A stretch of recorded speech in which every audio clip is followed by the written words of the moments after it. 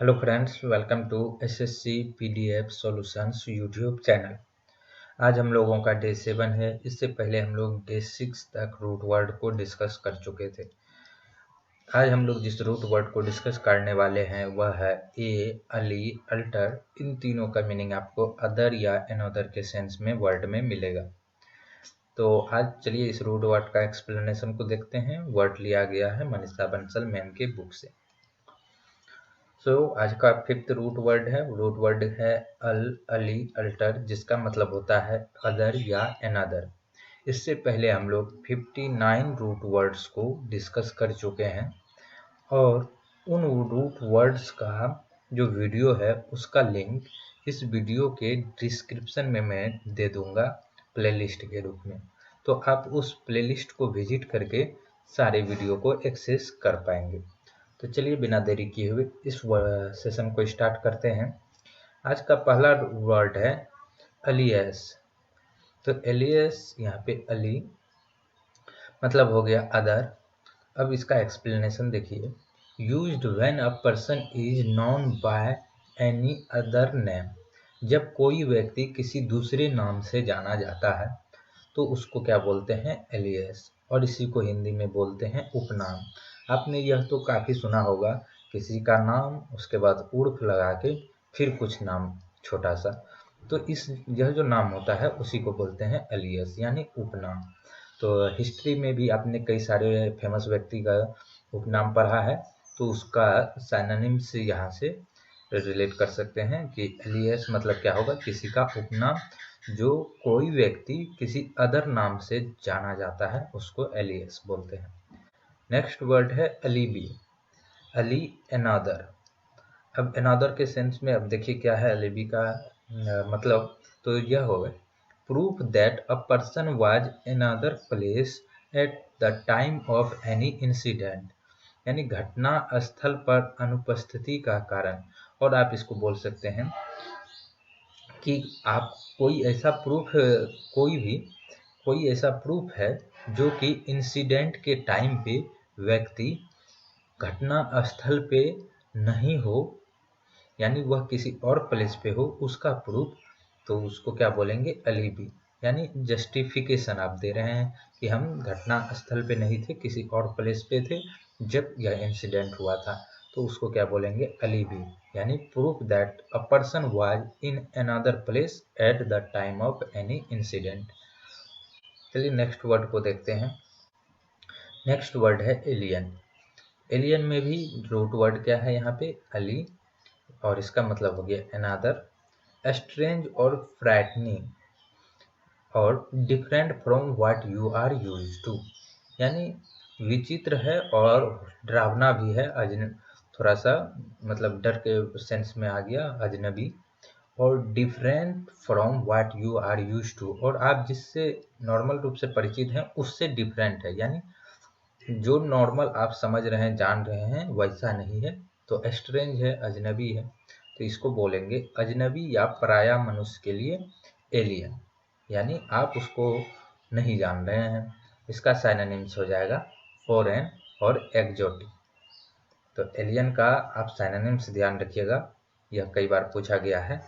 तो एलियन का साइनोनिम्स क्या हो जाएगा, फॉरेन और एक्जोटिक। और इसका एंटोनिम हो जाएगा फैमिलियर। सिंपल सी बात है कि अगर एलियन मतलब अगर आप उसको नहीं जान रहे हैं, नहीं पहचान रहे हैं, अगर यह सेंस आता है, तो इसका एंटोनिम क्या हो रहा है कि आप उसको जान पहचान रहे हैं, तो यानी आप उससे फैमिलियर हैं। तो चलिए अब नेक्स्ट वर्ड को देखते हैं, एलिनिएट। एली अदर, यहाँ पे भी रूट वर्ड क्या है, एली, और इसका मतलब होता है to make somebody less friendly और सिंपैथेटिक टुवर्ड्स यू, यानी किसी को अपने तरफ आप कम फ्रेंडली बना रहे हैं, यानी आप उसको अपने से दूर कर रहे हैं, आप उसको अपना मित्र नहीं बनाना चाह रहे हैं। तो इसको ऐसे जब आप किसी को दूर कर रहे हैं अपने से, तो उसको क्या बोलेंगे, एलिनिए, यह वर्ब है। और सिंपैथेटिक टुवर्ड्स यू, और आप मतलब उसके प्रति सहानुभूति कम कर रहे हैं, या तो इसका हिंदी क्या हो जाएगा, पराया करना। और इसका सिनोनिम्स हो जाएगा हॉस्टिलिटी और स्ट्रेंज। तो एलिनिएट यहाँ से इसका सिनोनिम्स को फिर आप ध्यान रख लीजिए, क्योंकि सिनोनिम्स एंटोनिम्स में जब रूट वर्ड्स से रिलेटेड, जैसे यहाँ अली था, लेकिन अली से या अल से या अदर से कुछ ऐसा डायरेक्ट वर्ड बना रहता तो आप इजीली रिलेट कर पाते। लेकिन अब यहाँ पे क्या है कि इसमें वर्ड्स टोटली डिफरेंट है, तो आपको अब इसका मीनिंग दोनों का ध्यान रखना होगा। तो ये हॉस्टिलिटी हो गया इसका सिनोनिम्स, और स्ट्रेंज इसका भी सिनोनिम्स। अब इसका एंटोनिम हो जाएगा बी फ्रेंडली, यानी फिर फ्रेंडली होना, यह एंटोनिम में हो जाएगा। यहाँ लेस फ्रेंडली था तो लेस फ्रेंडली के सेंस में इसका सिनोनिम्स हो गया, और antonym be friendly. I hope इस वर्ड का आपने एक्सप्लेनेशन अब रिलेट कर पाएंगे। नेक्स्ट वर्ड को देखते हैं, एलिगरी। एली अदर, इसका एक्सप्लेनेशन है a story play in which each character is symbol representing an idea or a quality such as truth, evil, death, etc. The use of such symbol, इसका हिंदी हो जाएगा प्रतीक कथा या नीति कथा। अब इससे क्या समझे आप एलिगरी, तो वैसा स्टोरी या प्ले या ड्रामा बोल सकते हैं जिसमें कि जो कैरेक्टर होता है वह किसी चीज को रिप्रेजेंट करता है, या तो किसी आइडिया को रिप्रेजेंट कर रहा हो, या किसी क्वालिटी को, या ट्रूथ को, या इविल को, या डेथ को। किसी भी प्ले में कई सारे कैरेक्टर होते हैं, तो उसी कैरेक्टर, हर कैरेक्टर कुछ ना कुछ रिप्रेजेंट कर रहा होता है। तो वह जो स्टोरी है छोटा छोटा हर कैरेक्टर का, तो उसको क्या बोलेंगे, एलेगरी, अ स्टोरी। तो हिंदी में हो गया यह प्रतीक कथा या नीति कथा, और इसका सिनोनिम्स हो गया एपोलॉग और लीजेंड।